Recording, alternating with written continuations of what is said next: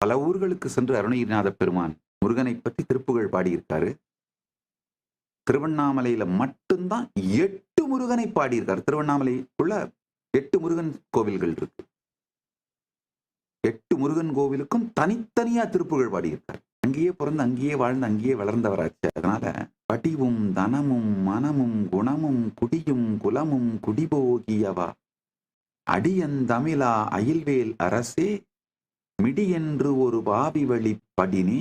இங்க செம்மான் மகளை திருடும் திருடன் பெம்மான் முருகன் பிறவான் இரவான்.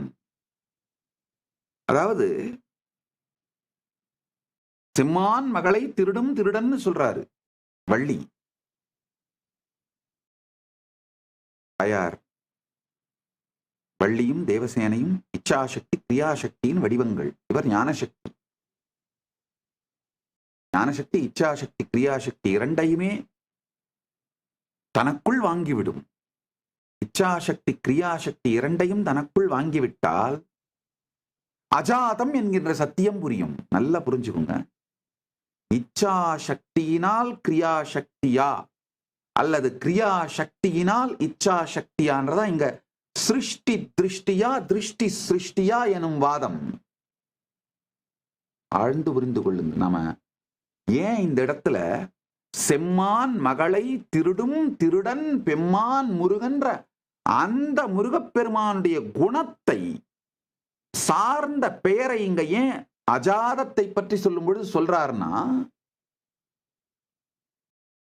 முதல்ல இச்சாசக்தி வந்து பிறகு கிரியாசக்தி ஆனது அப்படின்னா அப்ப என்ன ஆகும்னா திருஷ்டி சிருஷ்டி ஆயிடுது.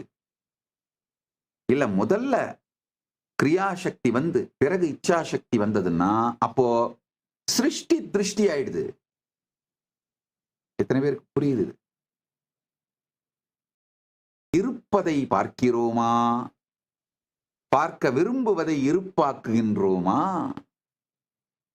அதுதான் இச்சாசக்தி முதலா கிரியாசக்தி முதலா?